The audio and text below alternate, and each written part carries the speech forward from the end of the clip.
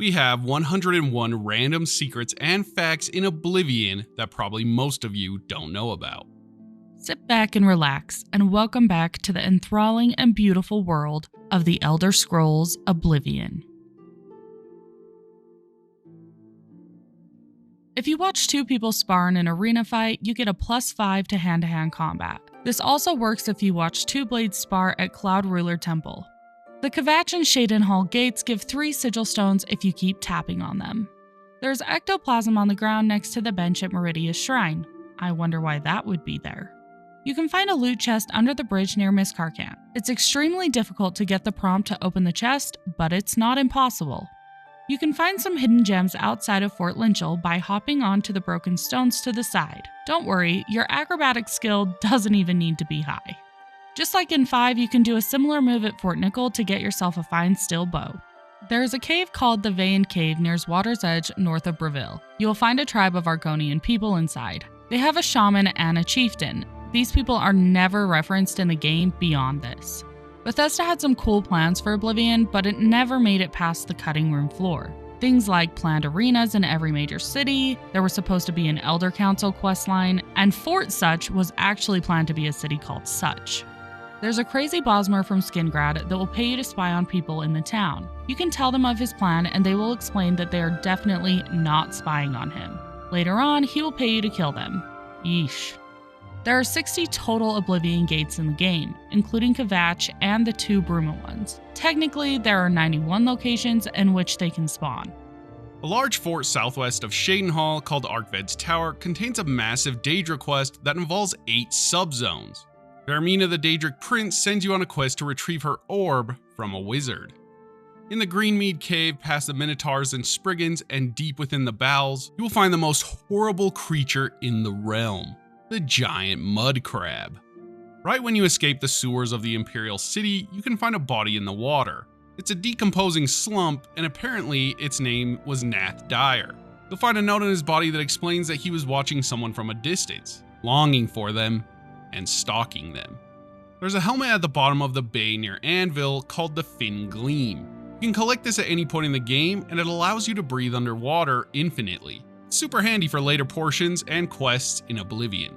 The town of Hector holds a dirty secret. You might think all these townsfolk when you arrive are incredibly rude. That's because they're a cult that holds people in cages in the tunnels below the town. You can save a young Argonian man from their clutches. It's also a reference to the work of H.P. Lovecraft. In the Sideways Cave, you'll discover ancient tablets that tell a secret story. Apparently this cave used to be an Ayleid city. Unfortunately, these Ayleids decided to worship Molag Bal, and Meridia decided to bury their ancient city. You can find a unicorn in the game, and there's a quest to kill it and steal its horn for the Daedric Prince of the Hunt. And yes, you can ride it. This one might be obvious for some, but for newcomers to Oblivion, it must be known. If you murder an innocent civilian at any time and then you go to sleep, you will be awakened by Lucian LaChance, a member of the Dark Brotherhood, who will then have an enticing offer for you. North of Skingrad, you'll find a massive, colossal, all-powerful, ear-bleeding giant Nirnroot. Did Bethesda really think we needed visual aids to find more of these things? If you go to the skooma den in Breville, located just across from the Fighters Guild, you can steal all the skooma from the junkies inside the den, and they won't report the thefts. It's kinda sad, but hey, free skooma. You can find a goblin in a cave behind Waterfall Way. Well, the body of a goblin. He's leaning on a chest with a bunch of empty bottles all around him. He presumably drank himself to death. You will cross a bridge from Shadenhall to Leowyn and will discover the body of a troll floating face down in the water under the bridge. On his body you'll find a note that says, "Me worst troll ever. Nobody pay brig toll. Me not scary enough." Poor guy. Go to the docks of Anvil at midnight and you can witness an underground fight club. You can't join in, but you can watch the fights. You can collect the Heaven Stones located at random locations on the map. They are similar to the Burst Stones from Skyrim, but in Oblivion, all the effects stack, so go find all of them. Speaking of stones, you can also find rune stones in the game. These stones will provide you with some unique gifts, like a bound weapon or a piece of armor that lasts until the spell dissipates. In the basement of Lazair Milvin in Skingrad, you will find a monstrous beast. the horrid giant rat. You can purchase a suspiciously low price but massive house in Anvil. That's because the house is infested with ghosts, and you'll witness some very spooky things in this location. If you wait for an NPC to leave or enter a building, you can perform a nifty trick. Wait until they are fading and then cast Paralyze. You can then stretch their bodies by using the grab. It's hilarious. You'll find a body on the way to the top of Dive Rock. This is Andre, and on his body is a note from his daughter. She tells her father that short of believing the fact that he can kill a frost troll, she doubts that he can make it up the mountain. Pretty brutal. If you go to prison a lot, and I mean a lot, like 40 or 50 times, the guards at the prison will actually start to treat you differently, becoming less rude to you and more friendly, but they still won't let you out. Several of the shops located in the game are references to real-life restaurants. For example, the main ingredient was named after the main ingredient in Maine. Unfortunately, the restaurant changed its name to the Main and Market. The statue in coral in front of the South Gate is a rendition of the Pieta, one of Michelangelo's works. In the basement of the Imperial City Palace, you'll find incredibly large pieces of furniture. What is with Bethesda and making things giant? If you visit Sheogorath's shrine after you start Shivering Isles, some interesting dialogue occurs. Either Sheogorath will mention that you need to get back to work, or if you completed the quest, then Haskell the manservant will be the one to speak to you. Paintbrushes in Oblivion don't follow the laws of gravity, so if you drop one from your inventory, it will float in the air. You can use this method to create a ladder of sorts. Do what you will with this information. The legendary duplication glitch. Did you even grow up with Oblivion if you didn't do this at least 100 times? If you equip a stack of scrolls and then drop a different item, it will duplicate that item. That goes for anything.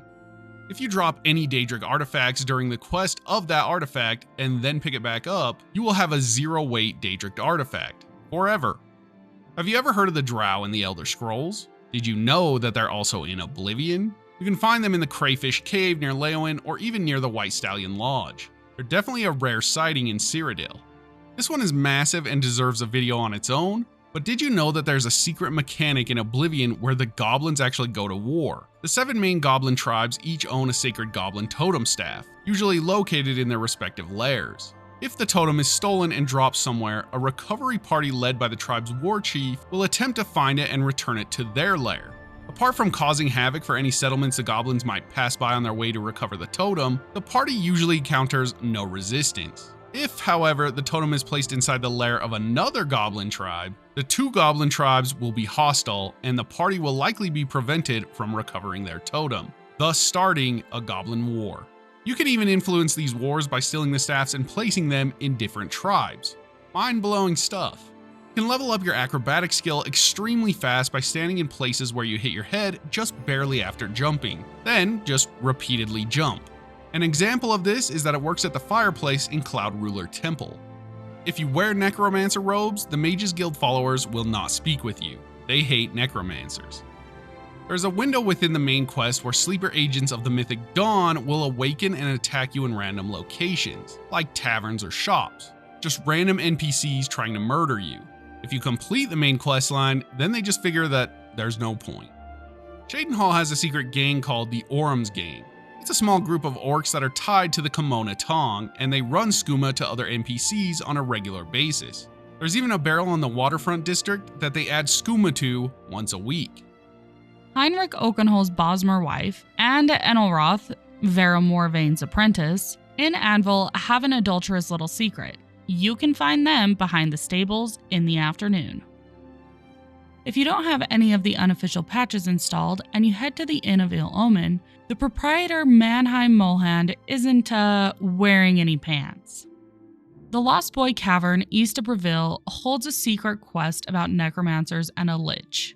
There are also 4 other zones located in this cavern, making it massive compared to other caves.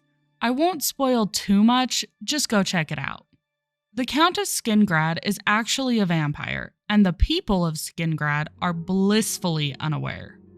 If NPCs like you, usually a disposition of more than 60 or 65, and you get into a random fight in a town, these NPCs might come to your aid and fight with you instead of running away. This can cause some hilarious, chaotic moments in cities. Stand in the garden located in the master bedroom at Frostcrag Spire. Make a save at that spot, then delete the DLC. Reload the save and you're now in a testing area where you'll find the most OP weapon in the game, just right outside near a fire pit. It's called the Mace of Doom. For every person that watches this video and doesn't subscribe will mean another poor sheep being launched off of Dive Rock. Save the sheep and sub. Estelle, who runs Renowitz Books in Coral, used to have a dog in the early builds of the game who is seen in the making of documentary. In the release game, there's a dog skin rug in her bedroom, leading to everyone believing that she had something to do with this. What the hell? There's a troll near Dive Rock called the Udafreak Matron. It's a reference to the Udafreak troll in the Blood Moon expansion of Morrowind, a troll that would attack Thirstmead Hall, which is also a reference to the Grendel from the Beowulf epic. You can find a blood potion on the ground behind a tall rock formation in one of the Oblivion worlds. It appears to serve no purpose other than decoration for a home, as it is a unique red bottle in a Daedric style. There's a secret trader that can be found hanging around the Imperial City walls. Northwest of the Chestnut Handy stables, his name is Shady Sam. He sells poisons, potions, lockpicks, and is also one of 2 vendors who sell skooma in Cyrodiil. Orange Road is a road that lies north of the Imperial City. It runs from the Coral North Gate in the west through the Heartlands and onto the Silver Road near Bruma. This road has some of the most spectacular views of Cyrodiil and more specifically the Imperial City. There's a cave called Goblin Jim's Cave, and you'll never guess this, but a goblin named Goblin Jim lives there. Actually, it's more interesting than that. He's actually a human that controls a whole tribe of white goblins. Weird. At the Coral Oblivion Gate, when you enter and then turn directly around and go behind the gate, you'll find the Sunken Tower. This tower holds the Hatred weapons, a bow and a mace. During the Unfriendly Competition quest, you'll meet a merchant named Thorinir. Among his things, you can find a notebook that contains an entry from Oford Gabbings, which is clearly an anagram of Frodo Baggins from The Lord of the Rings. It says he was killed, and among his belongings, he had a travel cloak with a silver and green leaf fastener, an enchanted short sword with inlaid writing, a leather-bound travel journal, and a gold ring with an inscription, next to which there is a note that says, "Cursed?" The owner of all things alchemy in Skingrad, Falana Halalu, actually had a shop beforehand. To find it, go to the Memorial Cave on the shores of Lake Rumer. You'll find the abandoned shop with plenty of elixirs and alchemical ingredients. There's an inn based on a ship on the waterfront of the Imperial City. If you sleep at this inn, you'll wake up and find yourself in the middle of the sea, and the ship has been hijacked by pirates. Way up in the sky, like way up, you can find the game's testing hall. This place contains a bounty of goods, by which I mean literally everything in Cyrodiil. A library of every book in the game, an armory with every weapon and bit of gear, every single creature, and grounds to test lockpicking, AI, and lighting, among a bunch of other things. You can get here by using console commands, or maybe even paintbrushes? I don't know. In the Blackrock Caverns, you'll find a landlocked ship with ghostly pirates and a bunch of treasure. This is probably a reference to the Goonies. Roland Jenseric's house is located in the southern quadrant of the Temple District. Once you go in, you'll be greeted by a group of vampire hunters called the Order of Virtuous Blood. They'll give you a task of helping them to kill a vampire. This quest has a lot of surprising twists. There is only one master archer that can train you in the game. Her name is Aelwyn, and you can find her at the Troll Candle Camp. She won't train you until you're an expert already. In fact, she won't even mention it. Oh, and you have to have an elven bow on you as well.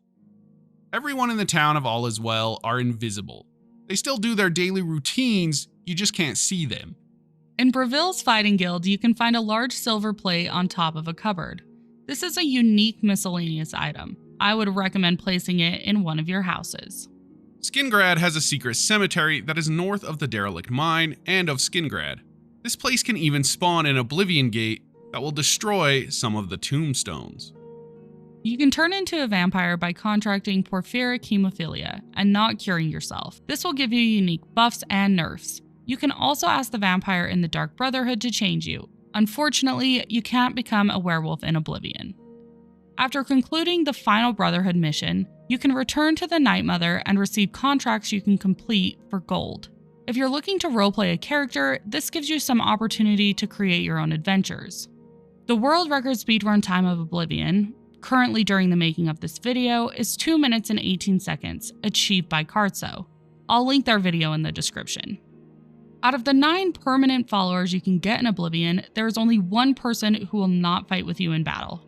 You guessed it, the Adoring Fan. You can create spells in Oblivion, making them as powerful as you want and combining them to some insane effects, like walking on water with fortified speed to basically flash across lakes, or charm 100 for 1 second and basically make everyone your friend instantly. Or how about using Paralyzing and Frenzy in a massive radius to cause some crazy havoc? The possibilities are endless. You can reverse pickpocket poisoned apples and the NPCs will eat them. You can also leave them around where they take food and they will then pick them up and eat them. Emperor Uriel Septim VII is voiced by the legendary Patrick Stewart. The Black Horse Courier paper actually follows the events in the game. You can read about some of the things that are happening in the world and get hints about things you haven't explored yet. There are 10 Ayleid statues scattered across Cyrodiil. You can collect all 10 and deliver them to Umbucano in the Imperial City for some nice gold. Are you maxed out on all your favorite skills and you feel like you have nowhere else left to go? Well, you're wrong. Just use the Fortify skill enchantments to boost your abilities beyond their limitations. This can get really fun with things like acrobatics. To create black soul gems in Oblivion, you need to have an empty grand soul gem. Then you need to take it to an altar at the Dark Fissure, Fort Isterus, Fort Linshall, or Wendelbeg. Then you need to lay it down on the Day of the Revenant Shade, which occurs about every 8 in-game days. Pretty insane task when compared to Skyrim. The Horse Armor DLC for Oblivion was one of the first microtransactions in gaming, and it sparked a massive controversy. Find Dorian in the Imperial City. Then make him hate you through the persuasion minigame and bribe him as much as you can. Then use a very weak dagger with paralysis on it and hit him. Then pickpocket him. When you take the gold from Dorian, it doesn't disappear from his inventory. So it's unlimited gold for however long you can manage to sit there and click it. The Boots of Spring-Heeled Jack that you received during the Thieves Guild quest is actually a reference to a British legend of a demonic creature who terrorized London. He was able to jump vast distances in single bounds. In Shadenhall, you'll hear rumors of a painter that's gone missing. If you visit his house, you'll find a bunch of random paintings, but one of them isn't as it seems. You can actually walk into this painting and be transported to a painted world with painted trolls. With the over 1,000 NPCs in the game that have some form of dialogue, there are actually only 20 people who voice them, 3 of them having exclusive parts. The enemies of Oblivion scale with your level, in every single part of the world. So once you're a high enough level, you'll start to see bandits wearing glass and Daedric armor. It can feel a little jarring. Vin Diesel is actually named after Vin Diesel because of the movie The Pacifier, which was made in Bethesda, Maryland. There are 12 houses for sale in the game if you include some of the bonus DLCs. The fastest horse in the game besides Shadowmere is the Black Horse from Shadenhall. The white horses from Anvil are the strongest horses in the game though. There is a full remake mod of the Elder Scrolls Oblivion being remade in the Skyrim engine. The project is called Skyblivion and is set to release sometime in 2025. They are doing some incredible stuff and I'll leave a link in the description if you want to check it out. There are also rumors of an official remaster or remake, but at the time of this video, that has not been confirmed. There are a myriad of quests that will not show up until you have reached level 15 and 20, so make sure you explore more around those levels.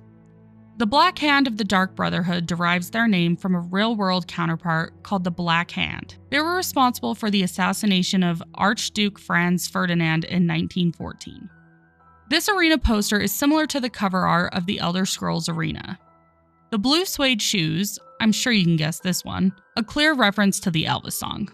Also, I know the song was made by Carl Perkins and made famous by Elvis. I know someone was chomping at the bit to comment that. You can collect a bunch of random items and store them in your house. A house of cheese, here you go. A house of scrolls, that'll do. Maybe a house of blue suede shoes, who knows? The only thing stopping you is your own imagination. There's an exploit where if you have a key and you're about to unlock a door, the little message will appear. Well, if you had a saved game at a locked door where you didn't own the key, you can revert back to that save, and for some reason, the message will still be there, allowing you to open said locked door. You can find a list of NPCs online that don't have any schedules in the game. They will simply stand still and refuse to eat or sleep. Because of this, you can use the command humanoid spell on these NPCs and lead them back to your house or guild or whatever. They will stay there permanently, filling that lonely void. You can use the chameleon enchantment on all of your pieces of armor to make yourself invisible, permanently. Oblivion was released March 20th, 2006. Oblivion was groundbreaking in the RPG genre for its time, and it paved a path forward for the open-world RPG craze that would be further ignited after Skyrim's release. Around roughly 70 developers helped create this massive and detailed RPG, an incredible feat. 9.5 million copies of the game have been sold worldwide. This game created my passion for RPGs and my love for Bethesda games. It's the reason this channel exists, and I love it dearly. Thank you guys so much for watching. This video was a labor of love, and what a labor that was. If you guys could leave a like on the video, we would really appreciate that. You guys should also consider subscribing if you love Bethesda games or RPGs in general, because we have a lot of content on the way. Thanks for watching, have a great week, and we'll see you in the next.